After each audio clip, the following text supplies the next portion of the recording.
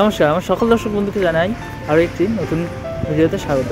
তো আজকে আমরা কোথায় যাচ্ছি সেটা আপনারা টাইটেল থাম্বনেল দেখে বুঝে গেছেন। হ্যাঁ, আজকে আমরা যাচ্ছি মুর্শিদাবাদে। মুর্শিদাবাদে সাধারণত আমরা যাই, প্রথমে হয়তো ট্রেনের করে মুর্শিদাবাদে যাই, তারপরে মুর্শিদাবাদে সেই ঐতিহাসিক স্থানগুলো দর্শন করতে যাই। কিন্তু আজকে আমরা যাচ্ছি একটু অন্য রুটে। তো চলুন, এবার ট্রেন চলে এসছে, তো যাওয়া যাক।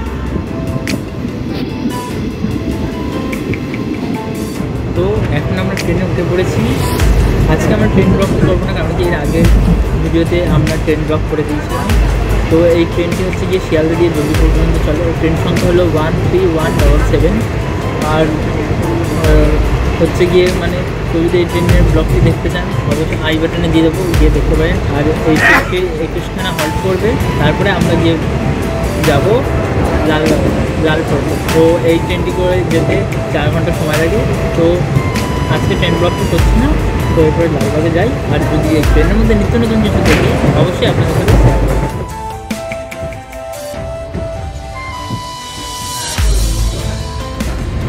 এখন আমরা পার হয়ে যাচ্ছি জুবলি ব্রিজ।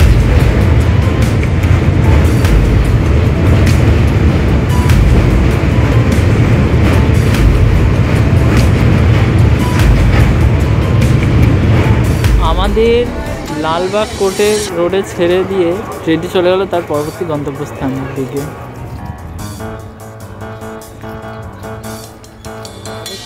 194 কিলোমিটার কভার করে ব্যারাকপুর থেকে আমরা এখন চলে এসেছি লালবাগ কোর্ট রোড। এখানে কিন্তু আছে মানে যেই দর্শনীয় স্থান, সেই দর্শনীয় স্থানটির নাম হচ্ছে গিয়ে কিন্তু খোশবাগ। এই খোশবাগে কিন্তু 34খানা মানে নবাব বংশের সবার সমাধি আছে। তার মধ্যে 2খানা সমাধি হচ্ছে তারা নর্মালভাবে মারা গেছিলো, আর বাকি সবকটাই কিন্তু হত্যা করা হয়েছিল।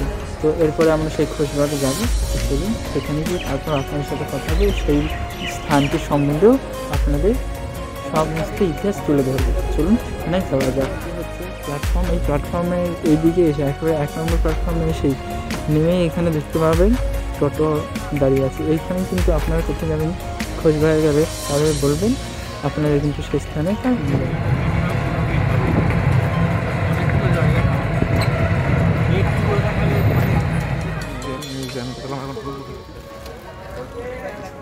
এখন আমরা চলে এসেছি টোটো করে খোশবাগের সামনে। দেখতেই পাচ্ছেন এখানেই কিন্তু বাংলার শেষ স্বাধীন নবাব সিরাজদৌল্লার সমাধি আছে। তাছাড়াও এখানে তার পরিবারের 34খানা সমাধি আছে।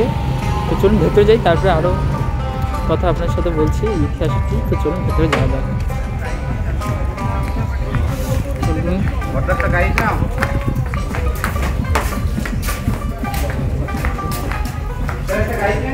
খোশবাগের ভেতরে আমরা চলে এসেছি। হ্যাঁ, এর ভেতরেই আছে বেশ কিছু সমাধি আছে। চলুন ভেতর দিকে চলুন, তারপরে আপনাদের সাথে কথা হচ্ছে। খোশবাগ বলা হয় কারণ কি এখানে কিন্তু আগে খুব সুগন্ধি ফুল চাষ করা হতো, যার জন্য কিন্তু এই জায়গাটিকে খোশবাগ বলা হয়। পাচ্ছেন, এটি হচ্ছে এই খোশবাগের প্রথম সমাধি কিন্তু এনাকে দেওয়া হয়েছিল। এটা হচ্ছে আলীবর্দী খায়ের মায়ের সমাধি। আর মেয়েদের সমাধি যেখানে দেওয়া হতো সেখানে কিন্তু এরকম ঘিরে দেওয়া হতো, কিন্তু খোলা জায়গায় কিন্তু পুরুষদের সমাধি দেওয়া হতো। এটা হচ্ছে আলীবর্দী খায়ের মায়ের সমাধি। আর ওদিকে দেখুন আছে হচ্ছে গিয়ে এই দুটিকে বলা হয়, একটি হচ্ছে গিয়ে ঘসেটি বেগমের সমাধি, আরেকটি হচ্ছে গিয়ে সিরাজের মা আমিনা বেগমের সমাধি। কিন্তু এই দুজনকেই কিন্তু মানে বুড়িগঙ্গায় কিন্তু ডুবিয়ে মারা হয়েছিল এই ঘসেটি বেগমকে। কিন্তু সেখান থেকে ওনার মৃতদেহ এনে এখানে সমাধিস্থ করা মানে মানে আমার মনে হয় না যে সেখান দিয়ে বুড়িগঙ্গা দিয়ে তার ওনাদের সমাধি তুলে এনে এখানে সমাধি দেওয়া হয়েছে। তো যাই হোক, অনেকে বলে এখানে নাকি হচ্ছে গিয়ে ঘসেটি বেগম বাঁচার জন্য নৌকায় হাত দিয়েছিল, তখন নাকি তার হাতটি কেটে এখানে ডুবিয়ে দেওয়া হয়, তখন নাকি সেই আঙুলগুলি নাকি এখানে এনে সমাধি দেওয়া হয়েছে। যাই হোক, বলা হয় এটি হচ্ছে ঘসেটি বেগমের সমাধি, এটি হচ্ছে আমিনা বেগমের সমাধি। তো চলুন বাইরে চলুন, তারপরে গিয়ে আপনার সাথে কথা হচ্ছে। এটাই হচ্ছে গিয়ে কিন্তু বাংলাদেশের শেষ স্বাধীন নবাব সিরাজদৌল্লার সমাধি। কিন্তু এই সমাধিটা দেখতে পাচ্ছেন, এটা হচ্ছে কিন্তু আলীবর্দী খায়ের সমাধি। এইখানে কিন্তু এই আলীবর্দী খাঁ আর আলীবর্দী খায়ের মাকেই কিন্তু স্বাভাবিকভাবে মৃত্যু হয়েছিল। তাছাড়া কিন্তু এখানে যতগুলি সমাধি দেখতে পাচ্ছেন সবাইকেই কিন্তু হত্যা করা হয়েছিল।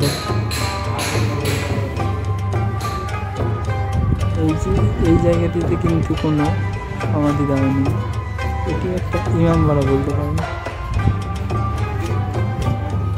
আপনি এই সমাধিটি দেখছেন, এটাই হচ্ছে কিন্তু সেই দিশান মাঝির সমাধি, যে হচ্ছে গিয়ে সিরাজদৌল্লা তার সমস্ত কাপড় জামা ছেড়ে দিয়েছিল, কিন্তু তার নাগরাই জুতোটি কিন্তু পাল্টাতে ভুলে গেছিলো, যার জন্য এই দিশান মাঝি সেই নাগরাই জুতো দেখেই কিন্তু সিরাজদৌল্লাকে ধরে ফেলেছিল। আর ইংরেজরা কিন্তু পরবর্তীকালে এনাকে বলেছিল যে 1000 স্বর্ণমুদ্রা দেবে, সেই সময় কিন্তু 1000 স্বর্ণমুদ্রা অনেক ছিল, তার জন্য কিন্তু সিরাজদৌল্লাকে ধরে দিয়েছিল। আর এইখানে দেখছেন, এখানে হচ্ছে দিশান মাঝির হচ্ছে গিয়ে মেয়ের সমাধি, আর এই যে মেয়েদের সমাধি হচ্ছে গিয়ে সেই সময় খোলা জায়গায় করা হতো না, এটা হচ্ছে দিশান মাঝির স্ত্রীর সমাধি। দিশান মাঝি সিরাজদৌল্লাকে ধরে দেওয়ার পরও তাকে মারিয়ে দেওয়া হয়, কারণ কি ইংরেজরা বলে যে তোমরা তোমাদের অর্থাৎ নবাবকে ধরিয়ে দিয়েছো, পরবর্তীকালে তুমি আমাদের সাথেও এরকম বিশ্বাসঘাতকতা করতে পারো, যার জন্য কিন্তু এই দিশান মাঝিকে মেরে দেওয়া হয় ও তার পরিবারের সবাইকে কিন্তু মেরে দেওয়া হয়। এজন্য এদিকে সিরাজদৌল্লার বংশধর অর্থাৎ বংশের বেশ কিছু লোকজন বাংলাদেশ দিয়ে যাদের নিয়ে এসে মেরে দেওয়া হয়েছিল তাদের সমাধির দিকে যাচ্ছে।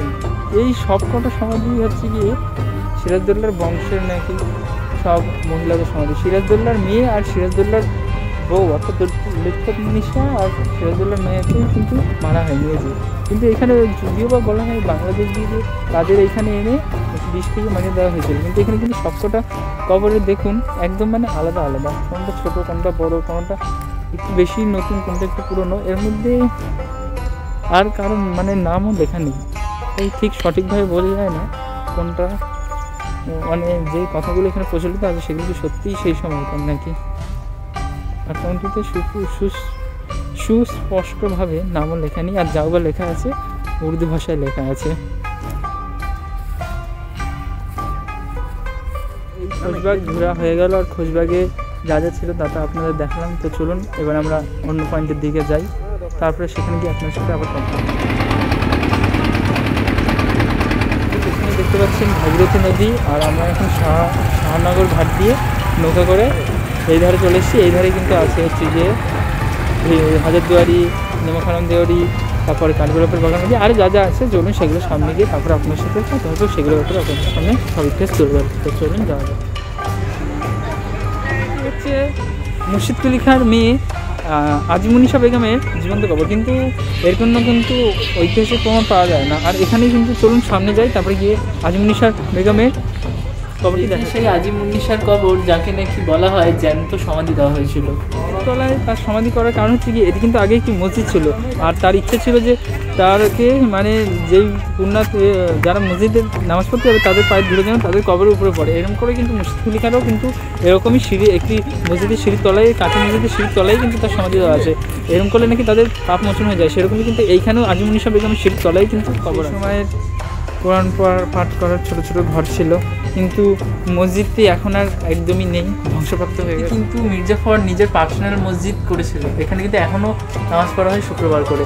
আর এই মসজিদের সোজাসুজি কিন্তু একেবারে এখানে আছে মির্জাফরের 101খানা সমাধি। তাদের যেইটি হচ্ছে টিকিট, নবাব মির্জাফর ও তার পরিবারের ঐতিহাসিক 1101 কবরস্থান, আর এটা হচ্ছে টিকিট। পেছনে এবার ভূতের টিকিট 1100 তাদের পরিবারের সমাধি। এই মসজিদে কিন্তু কেউ যখন তাকে এইখানে আনা কিন্তু তারপর এইখানে তাদের চারটি দেখছেন, এই চারটি হচ্ছে গিয়ে মির্জাফরের 4 ছেলের কবর।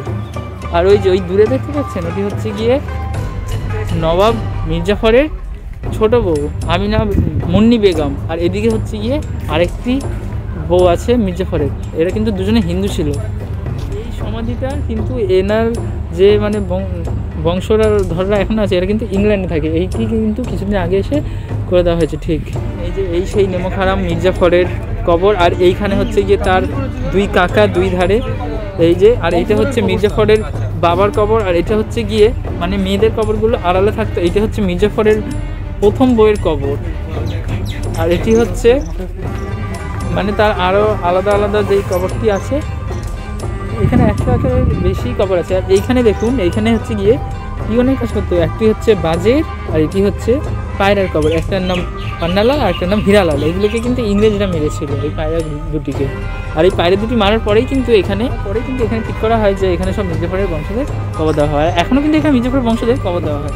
এটিকেই বলা হয় কিন্তু নেমখারাম দেউরি, কারণ কি এটি হচ্ছে গিয়ে মির্জাফরের বাড়ির গেট, ভেতরে কিন্তু কিছু নেই, এইটুখানি আছে। এই গেটের ভেতর থেকে এখানে দেখুন, এখানে বাইরে লেখা আছে প্রবেশ নিষেধ, কারণ কি মির্জাফরের ওপর রাগ করে কিন্তু লোকেরা এখানে মানে জায়গাটিকে নোংরা করে দিতে, আর ভেতর দিয়ে শুধু এই গেটটি আছে। তারপরে কিন্তু হাতির পিঠে করে ওনাকে নিয়ে সারা মুর্শিদাবাদ ঘোরানো হয়, আর তারপরে ওনাকে কিন্তু একটা মানে ময়লা আবর্জনা স্থানে ফেলে দেওয়া হয়।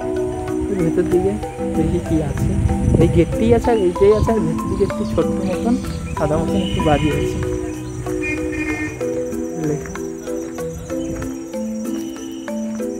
মসজিদটি আছে, কিন্তু এটা কিন্তু মির্জাপুরের বাড়ি না, কিন্তু এখানে মির্জাপুরের বাড়ি ছিল। এখন সেই বাড়িটি আর নেই, সেটা ভেঙে গেছে। এখন শুধু এই ইসেটি আছে, মানে দরজাটা।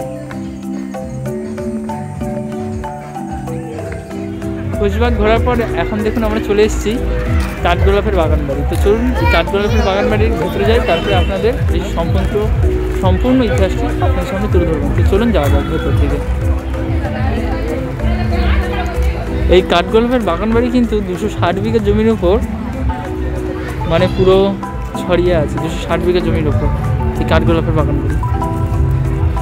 কাঠগোলাপের বাগান বাড়ির ভিতরে যা যা দেখতে পাবেন তা তো এখানে আছে। বাগান বাড়ির ভিতরে যেতে কিন্তু টিকিট কাটতে হবে, আর টিকিট মূল্য হচ্ছে এক একজনের 30 টাকা করে। এই যে এইটি হচ্ছে এন্ট্রি টিকিট, এখানে কিন্তু 8 বছর যাদের তাদের কিন্তু ফ্রি। এই যে কাঠগোলাপের বাগান বাড়ির ভেতরে ঢুকতেই দেখতে পাবেন এই গোপন সুড়ঙ্গ পথ। এই সুড়ঙ্গ পথ কিন্তু এখন ভাগীরথী নদীর জল ঢুকে একেবারে পুরোপুরি নষ্ট হয়ে গেছে। এই সুড়ঙ্গ পথ কিন্তু জগৎ শেঠের বাড়ি, তারপর হচ্ছে ভাগীরথী নদীর সাথে একেবারে যুক্ত আছে। এই যে এই মূর্তিটি দেখতে পাচ্ছেন, এই মূর্তিটি হলো গিয়ে ইতালির কেল অ্যাঞ্জেলার। ইনি হচ্ছে গিয়ে চিত্রকার ও বিখ্যাত ভাস্কর্য শিল্পে। ইতালির নবজাগরণের সময় অত্যাচারিত মানে প্রজাদের ইনি ছবি এঁকে পাবলিশ করেছিলেন। তার জন্য তাকে রোম সম্রাট তার উপর ক্ষিপ্ত হয় ও তার হাতের দেখুন 5টি আঙুল এর জন্য কেটে দেয়, ঠিক আছে? তার জন্য হাতের 5টি আঙুল কিন্তু এই মূর্তিতেও নেই। ও এই পরবর্তী সময় কিন্তু এখানে মুর্শিদাবাদেরই একটি, উনিও হচ্ছে কি মানে ভালো ভাস্কর্য, ওনার নাম হচ্ছে কি দিবাকর ভাস্কর্য। উনি কিন্তু পরবর্তী সময় একটি মার্বেল পাথর কেটে কিন্তু এই মূর্তিটি বানিয়েছে। এই মূর্তিটির বয়স কিন্তু প্রায় 240 বছর। এই যে এটা হচ্ছে একটা সুড়ঙ্গপথের ওপরে, আর এই সুড়ঙ্গপথের ধারেই দেখুন আছে হচ্ছে গিয়ে একটি বড় কুয়া, আর এর তলা দিয়ে কিন্তু চলে গেছে হচ্ছে গিয়ে সুড়ঙ্গপথ। এই যে এই মহলটি দেখতে পাচ্ছেন, এই মহলে কিন্তু প্রচুর সিনেমা শুটিং ও সিরিয়ালের হচ্ছে গিয়ে শুটিং হয়েছে। যেমন এক যে ছিল রাজার প্রক্রিয়া, কিন্তু পুরোটাই কিন্তু এখানে শুটিং হয়েছিল। এই কাঠগোলাপের বাগান বাড়িটি কিন্তু তৈরি করেছিলেন হচ্ছে গিয়ে জৈন ধর্ম অবলম্বী লক্ষ্মীপদ সিং দুর্গালো। এই মহলটি তৈরি হয়েছিল কিন্তু মানে নির্দিষ্ট কোনো সময় নেই, নানা রকম মতবাদ আছে। কেউ বলে 1780, কেউ বলে 1868, কিন্তু নির্দিষ্ট কিন্তু কিছু মানে মতবাদ নেই। সে যাই হোক, ভেতর দেখি আর কি দেখা যায় সেগুলো আপনাদের সামনে তুলে ধরবো। কাঠগোলাপের বাগান বাড়ির এই সামনের দিকে দেখতে পাচ্ছেন যেই লোহার চেয়ার টেবিলগুলো আছে, এই যে সামনের দিকটায় আছে আরেকটি পুকুর, এদিকে আছে চিড়িয়াখানা, আর এদিকে তো এইগুলো সৌন্দর্য দেখানোর জন্য। এই যে এই চেয়ার টেবিলগুলো কিন্তু ইস্ট ইন্ডিয়া কোম্পানি বা ব্রিটিশ সময়ের, যেগুলো কিন্তু এখনও অক্ষত আছে। মূর্তিগুলো দেখছেন, এগুলো কিন্তু এক একটি মার্বেল পাথর কেটে কিন্তু এগুলো বানানো হয়েছে সব। আর এই যে এই পুকুরের চারদিকে দেখতে পাচ্ছেন, এই যে এই একটি ওই একটি, এইগুলো কিন্তু চারধারে আছে। সেই সময়ের কিন্তু এইখানে প্রহরীরা থাকতো। আর এইখানে হচ্ছে গিয়ে লক্ষ্মী সিং দুর্গার হচ্ছে গিয়ে মাছ চাষ করতো। তিনি আসলে জৈন ধর্ম অবলম্বী ছিলেন বলে কিন্তু তিনি কিন্তু মাছ টাছ খেতেন। এর জন্য কিন্তু তিনি তার মাছগুলোকে খুঁজতেন, ও তিনি কিন্তু তার সবকটি মাছকে সোনার নথ পরিয়েছিলেন। কিন্তু সেই সময় চিকিৎসা স্বাস্থ্য উন্নত না থাকার কারণে কিন্তু অনেকগুলি মাছ মরে যায়। তার জন্য কিন্তু তিনি অনেক কষ্ট পায়, ও পরবর্তী সময় এইখানে কিন্তু মাছদের যেখানে সময় যায় সেখানে কিন্তু সেই মাছদের মানে সমাধি করে তাদের উপরে সেই মাছের ছবিও মানে মূর্তিও করা যেত। চলুন সেগুলো এরপরে দেখে নেব। কিন্তু এরপরে হচ্ছে গিয়ে আমরা কাঠগোলাপের বাগান বাড়ির ভেতর দিকে যাই। সেই ভেতর দিকে কিন্তু ভিডিও করা অ্যালাউড নেই, এর জন্য কিন্তু ভেতরের দৃশ্যগুলো আপনাদের সামনে দেখাতে পারবো না। দুধারে এরকম ইস্ট ইন্ডিয়া কোম্পানির সময় থেকে রাখা সেই চেয়ার টেবিলগুলো আছে। আর এদিকে দেখতে পাচ্ছি দুখানা পালকি রাখা আছে, আর ওদিকে দেখতে পাচ্ছি একটু জলের ফোয়ারা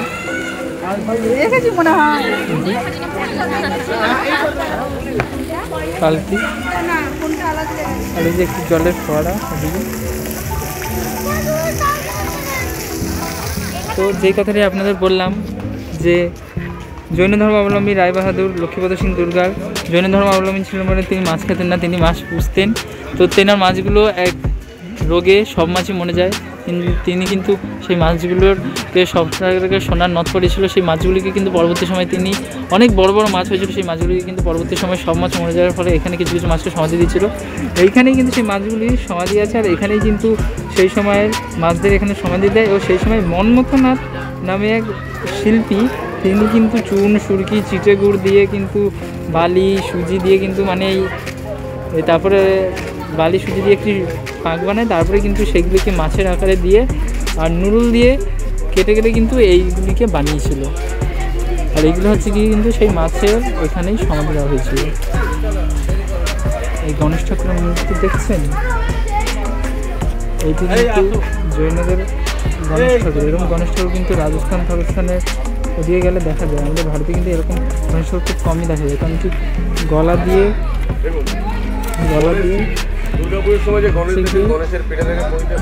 এটা হচ্ছে কি কিন্তু নাগেশ্বর গণেশ, এই গণেশের হচ্ছে কি গলা দিয়ে সাপের দিয়ে পইতে হচ্ছে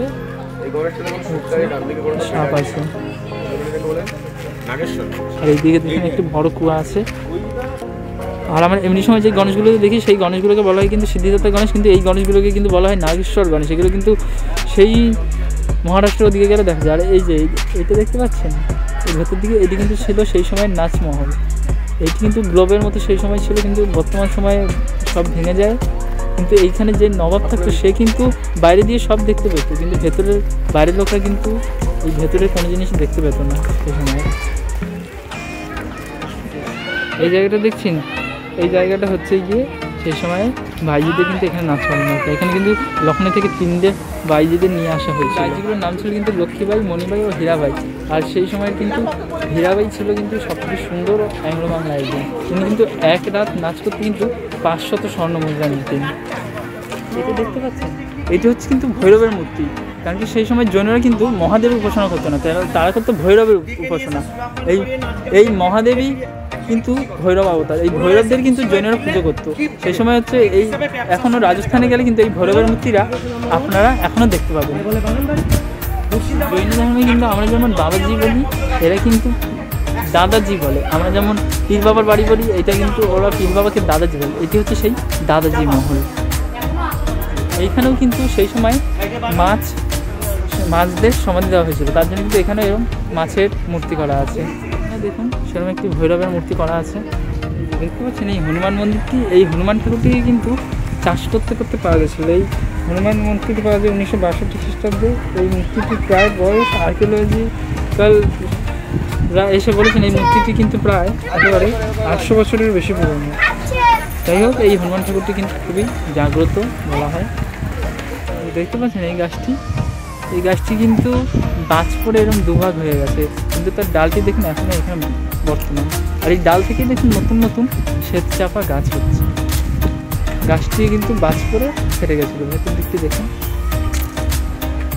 শ্বেতচাপা গাছটির নাম। এইটি হচ্ছে সেই জৈন অবলম্বীদের এই জায়গা, তার জন্য সেটি হচ্ছে গিয়ে যে জৈনদের মন্দির। জৈনদের 24 তীর্থঙ্কর আছে, তার মধ্যে কিন্তু এখানে 3 জনের মূর্তি বর্তমান আছে। তার মধ্যে একজন হলো মহাবীর।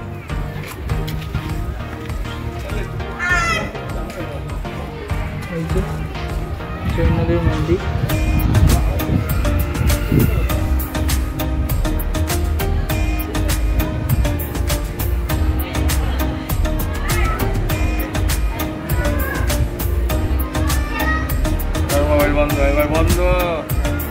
দেখুন মন্দিরটি কিন্তু খুবই সুন্দর করে ফুল দিয়ে সাজানো হয়েছে। বাইরে দেখুন দুদিকে দুটি হাতি আছে। আর এই যে জৈন মন্দির, রায়বাহাদুর লক্ষ্মী সিংয়ের জৈন মন্দির, কারণ কি তেনারা জৈন ছিল। এইখানে 3 জনের মূর্তি আছে। সেই 3 জন হলো গিয়ে আদিনাথ, পরেশনাথ ও মহাবীর। এখানে কিন্তু 24 জনের ছোটো ছোটো মূর্তি আছে, তার মধ্যে কিন্তু এই 3 জন মেন ছিলেন, তার জন্য কিন্তু 3 জনের মূর্তি একেবারে বড় করে মাঝখানে রাখা আছে। কিন্তু ভেতরে কিন্তু ছবি তোলা একদমই নিষিদ্ধ। কাঠগোলাপের বাগান বাড়ি সব কিছুই আপনাকে ঘুরে দেখাবেন। এবার লাস্ট যেটা সেটা হচ্ছে চিড়িয়াখানা। তো চলুন চিড়িয়াখানার ভেতরেই যাবে। চিড়িয়াখানায় কিন্তু কোনো হিংস্র জীবজন্তু নেই, মানে বাঘ, সিংহ এইসব নেই। এখানে কিন্তু আছে পাখি ও খরগোশ এইসব আছে। তো চলুন দেখতে যাই, তারপরে আপনাদেরও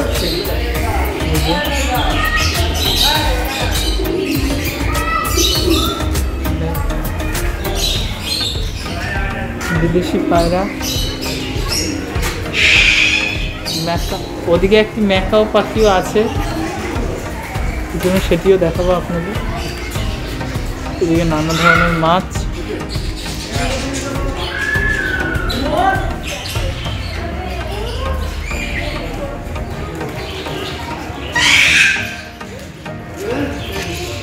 কাকাতুয়া দেখতে পাচ্ছেন, এই যে ম্যাকাও পাখি। এখানে নিয়েছি, ওকে দেখবে, এখানে আয় না।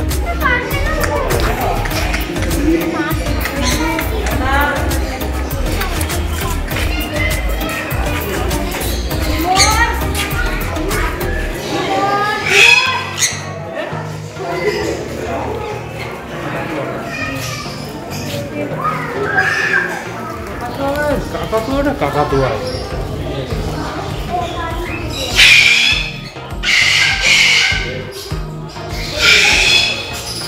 এই যে সেই একটি কৃত্রিম ঝর্ণা, অল্প কতগুলো একটি দেখতে করা আছে। এখানে দেখছি কিছু হাঁস, আর এই হাঁসের সরাসরি দেখতে পাচ্ছি এখানে উট পাখি আনা হয়েছে দুটো। আগে কিন্তু এই উট পাখি এখানে ছিল না, অন্যান্য পাখি সবই ছিল, এই উট পাখি কিন্তু এখানে নতুন আনা হয়েছে।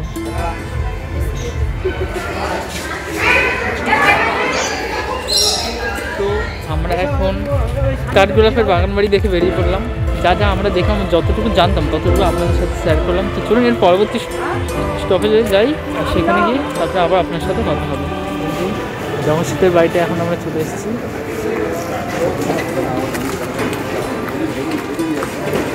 একেবারে কিন্তু কাঠগোলাপের বাগানবাড়ি থেকে তারপরে কিন্তু একেবারে আপনাদের ডাইরেক্ট ঢুকিয়ে দেবে জমশিদের বাড়ি।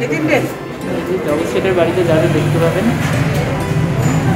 এই যে এখানে হচ্ছে টিকিট ঘর, ফরেনারদের জন্য 150 টাকা ও ইন্ডিয়ানদের জন্য 30 টাকা করে জমশিদের বাড়িতে ঢোকার টিকিট। এই যে যেমন দেখছি, এই ছবিগুলো কিন্তু আগে ছিল না। এই ছবিটা হচ্ছে গিয়ে পলাশীর যুদ্ধে জেতার পর মির্জাফরের সাথে কিন্তু রবার্ট ক্লাইভ দেখা করছে, সেই ছবি।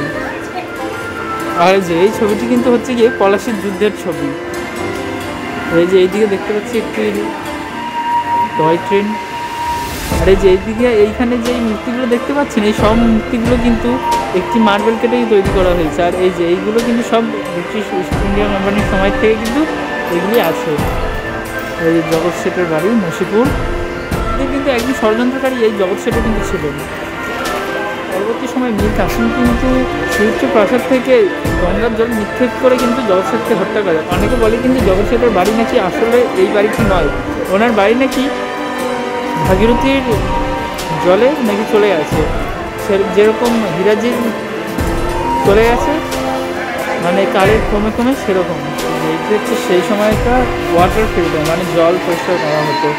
এই কোম্পানি কিন্তু হাওড়া ব্রিজেরও মানে কাজ করেছে। আর এই যে বাইরে বেশ কিছু গাইড নেবেন, ছবি দেখতে পাচ্ছি। 20 ফুট নিচে সুরঙ্গ, 15 ফুট নিচে গুপ্তঘর, সোনার উপর শাড়ি, সোনার উপর পয়সা, মুখ দেখা যাবে না, আয়না, মসলিন, রত্নাঘাট, সবাই মিলে একটা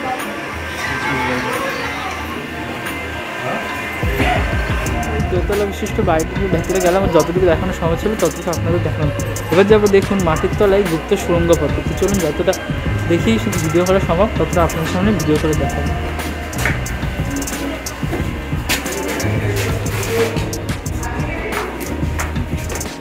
মাটির তলায় সুরঙ্গ পথ, এই যে ব্যাস এতটাই করা যাবে। এর পথ দিয়ে লেখা আছে ছবি তোলা নিষিদ্ধ। এইগুলো কিন্তু সেই সময়কার, আর এগুলো কিন্তু একটি পাথর কেটে কিন্তু বানানো হয়েছে। এই যে এদিকে আরেকটি গোপন সুরঙ্গ পথ আছে। চলুন এটির ভেতরে যাই।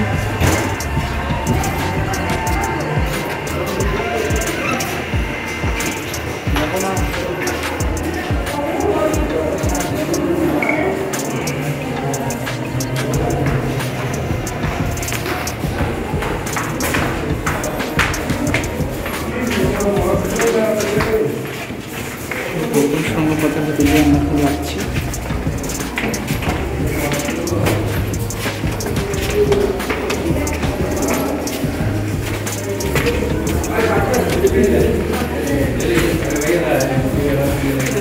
কিন্তু এক একটি পাথর থেকেই কিন্তু করা হয়েছে। মিউজিয়াম আছে, আগেবার যখন এসেছিলাম এটি তখন বন্ধ ছিল, তো চলুন এটির ভেতরে যাওয়া যাক। এটি হলো সেই সময়কার জৈন মন্দির। জৈন মন্দির কেন বললাম, কারণ কি জগৎ শেঠটা কিন্তু জৈনই ছিল। জগৎ শেঠ কিন্তু কোনো নাম নেই, জগৎ শেঠ হলো উপাধি। এই জগৎ শেঠের আগের নাম ছিল কিন্তু মেহতা চাঁদ, তার জন্য কিন্তু এখানে তারা জৈন ছিল বলে এখানে কিন্তু জৈন মন্দির করা হয়। জগৎ শেঠের সেই লক্ষ্মী ঠাকুর, যে লক্ষ্মী ঠাকুর নাকি বলা হয় জগৎ শেঠের বাড়ি নিজে এসেছিল, তো সেই লক্ষ্মী ঠাকুরের মূর্তিটি দেখুন এখানে আছে, অষ্টধাতুর মূর্তি, তো দেখে নিন। জগৎ শেঠের বাড়িতে এসেছিল বলেই কিন্তু এই জগৎ শেঠ এত ধনী ছিল। জগৎ শেঠের নাকি এত ধন সম্পদ ছিল, সেই সময় নাকি বলা হতো তাদের টাকা পয়সা দিয়ে নাকি ভগীরথের বাদ দিয়ে গতিপথ অন্যদিকে করে দেওয়া যেত। সেই গল্পটা একবার শুনে নিই। তো জগৎ শেঠের বাবা একবার নবাবের কাছে কি কোনো একটি ভালো কাজ করেছিলেন, যার জন্য নবাব খুশি হয়ে তাকে বর চাইতে বলেছিল। তখন তার বাবা চায় যে লক্ষ্মী পুজোর দিন যেন কারোর বাড়িতে প্রদীপ না জ্বলে, শুধু তার বাড়িতে যেন প্রদীপ জ্বলে। তো নবাবের আদেশে এটা সে লক্ষ্মী পুজোর দিন কারোর বাড়িতে প্রদীপ জ্বলে না, শুধু জগৎ শেঠদের বাড়িতে প্রদীপ জ্বলে। তখন কিন্তু সেই দিনকে লক্ষ্মী ঠাকুর ছদ্মবেশে এসে তাদের বাড়ি আসেন। ও জগৎ শেঠের মা বুঝতে পারেন যে এটি লক্ষ্মী ঠাকুর, তখন কিন্তু তিনি লক্ষ্মী ঠাকুরকে বসিয়ে গঙ্গার জলে গিয়ে ঝাঁপ মারেন, আত্মহত্যা করেন। তখন থেকেই নাকি জগৎ শেঠের বাড়িতে লক্ষ্মী ঠাকুর বাধা পড়েছে, তার জন্য কিন্তু জগৎ শেঠরা এত ভীষণ। তো লক্ষ্মী ঠাকুরকে চলুন একবার।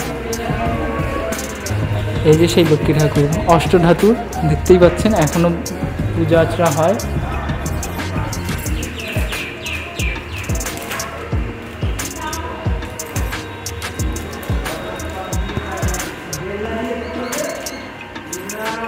এটি হচ্ছে লক্ষ্মী ঠাকুরের মন্দির, আর এটি হচ্ছে জৈন মন্দির। এদিকে কিন্তু জগৎ শেঠের বাড়ি, এদিক দিয়ে কিন্তু পুরো ঘুরে এসে বেরিয়ে তারপরে কিন্তু জৈন মন্দির দেখতে পাবেন, তারপরে কিন্তু লক্ষ্মী ঠাকুর মন্দিরটা দেখতে। জগৎ শেঠের বাড়ি দিয়ে এখন কিন্তু চলে আসলাম নসিপুর রাজবাড়ি। এইখানে যে রাজা ছিল সেই রাজার নাম ছিল দেবসিংহ। সেই দেবসিংহ কিন্তু ছিল একেবারে হিংস্র, প্রজা দরদি একদম নয়। এই জমিদারটি মানে এখন নৃশংস জমিদার ছিল। তার রাজবাড়ি রাজা, তার হেড একজন। এই যে সেই রাজবাড়ির ভেতরে আছে হচ্ছে গিয়ে কিছু দলিলপত্র আর ম্যাপ আর আর্ট গ্যালারি, শিবশঙ্করের আর্ট গ্যালারি। আর এই যে ফুল চাষ করেছে, এটি এই বর্তমান সময় লাগানো হয়েছে। এটি আগেরবার আমরা সেবার যখন এসেছিলাম তখন খোলা ছিল, কারণ এখানে নাকি কি আগে মারা গেছে। এইখানে সেই সময় যেই প্রজারা নীল চাষ করতেন বা কর দিতে পারতেন তাদের কিন্তু এখানে এনে ফাঁসি দিয়ে দেওয়া হতো। এই দেখুন এই যে ফাঁসির মঞ্চটির সামনেই আছে এই যে সেই ফুলবাগানটি।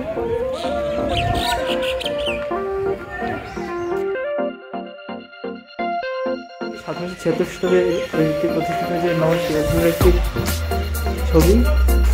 এই যে ঘরবাড়ি, সামনে আছে একটি হনুমান মন্দির। আর এই যে ওইটি দেখতে পাচ্ছেন সাদা মতো, ওইটি হচ্ছে ৩৫খানা গম্বুজওয়ালা চণ্ডী মাতার মন্দির। আর এইগুলো হচ্ছে যে ম্যাপ, মানে দেবসিংহের রাজত্ব কতদূর পর্যন্ত ছিল। এটা তো রাজবাড়ি,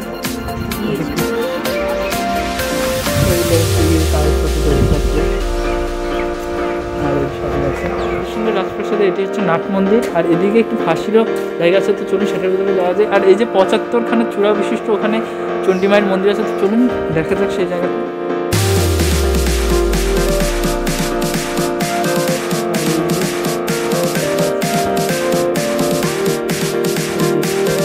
ইনি হলো সেই রাজা দেবী সিংহ।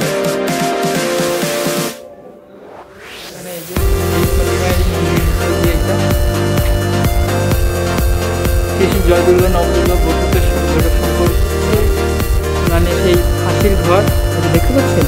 এই যে এইটি কিন্তু আগে কুয়া ছিল, এদিকেও কিন্তু আগে কুয়া ছিল। যে ট্রেনটি দেখছেন এইখান দিয়ে কিন্তু আগে এই ঘরটি, মানে ট্রেনের কথাটা আমি জানি না, কিন্তু এই ঘরে কিন্তু আগে ফাঁসি দেওয়া হতো। আর ডাইরেক্ট কিন্তু এই কুয়াতে একেবারে দিয়ে থেকে তুলে দেওয়া হতো। আর এই কুয়া দিয়ে কিন্তু একদম ডাইরেক্ট চলে যেত সেই মৃত্যুদেহ একেবারে ভাগীরথী নদীর তীরে। কোন সময় কিন্তু এই কুয়াগুলো বন্ধ করে দেওয়া হয়েছে। আর এখানে কিন্তু মুরগিদের আক্রমণ থেকে সোনা গয়না রাখা হতো। সেই সময় কিন্তু ব্যাংক বলতে এই সিন্ধুকগুলি ছিল। আর এইটা সেই সময়কার লোড়া, যারা মানে খালি দিতে পারতো না, সেই গরিব চাষিদের উপরে কিন্তু এই লোড়া চালিয়ে তাদের মেরে দেওয়া হতো। শঙ্করের যেটা বলেছিলাম আর্ট গ্যালারি আছে এখানে।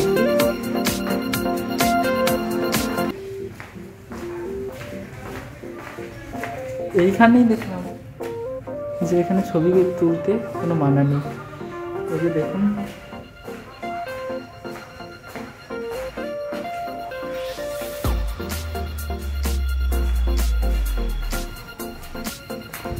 রোডটি কিন্তু অসাধারণ।